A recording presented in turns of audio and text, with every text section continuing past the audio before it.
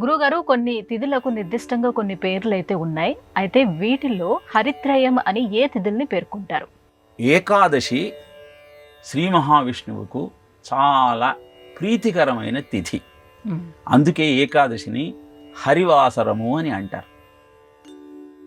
మురాసురుడనే రాక్షసుణ్ణి వధించాలన్నటువంటి ఆలోచనతో యుద్ధం చేశాడు శ్రీ మహావిష్ణువు.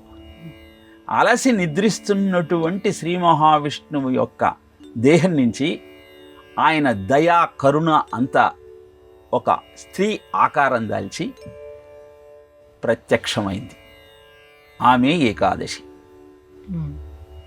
ఆ మురాసురుణ్ణి ఖడ్గంతో సంహరించింది. శ్రీ మహావిష్ణువు ఆమె ధైర్య సాహసాలు చూసి ఏం వరం కావాలో కోరుకోమన్నాడు. నరకంలో పాపపురుషున బారిన పడి హాహాకారాలు చేస్తున్నటువంటి జీవులకు మోక్షాన్ని ప్రసాదించు అని ప్రార్థించింది. వెంటనే శ్రీ మహావిష్ణువు ఈ ఏకాదశి నాడు ఎవరైతే ఉపవసించి నన్ను ఆరాధిస్తారో వాళ్లకు పాపకూపమైన నరకంలో ప్రవేశించాల్సిన అగత్యం ఏర్పడదు, వాళ్ళందరికీ వైకుంఠ వాసాన్ని నేను అందిస్తున్నాను అని తెలియజేశాడు.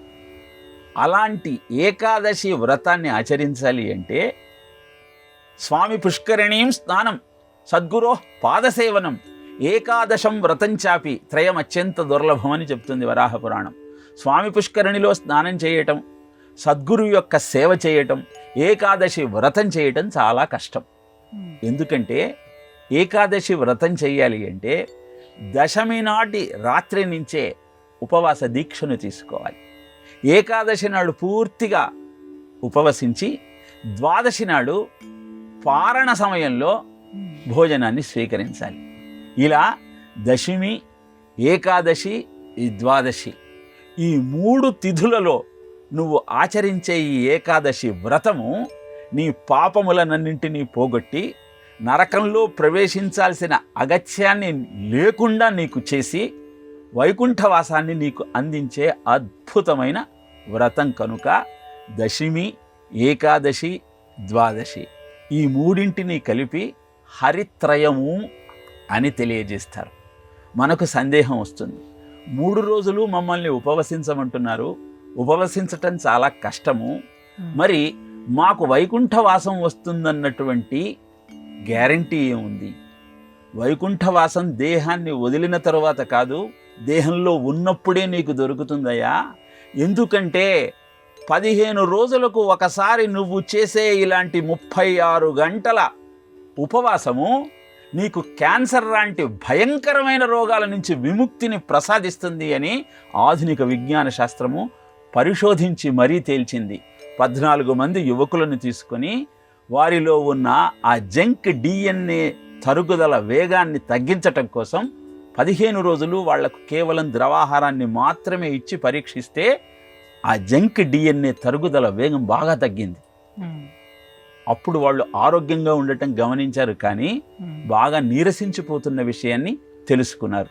మరి 15 రోజుల ఉపవాసం లేకుండా వీళ్లను ఎలా అద్భుతమైన శక్తియుక్తులను చేయాలని ఆలోచించి 15 రోజులకు ఒకసారి 36 గంటల ఉపవాసం ఏదైతే ఉన్నదో అది అద్భుతమైన ఫలితాన్ని ఇస్తుంది అని తేల్చి చెప్పారు.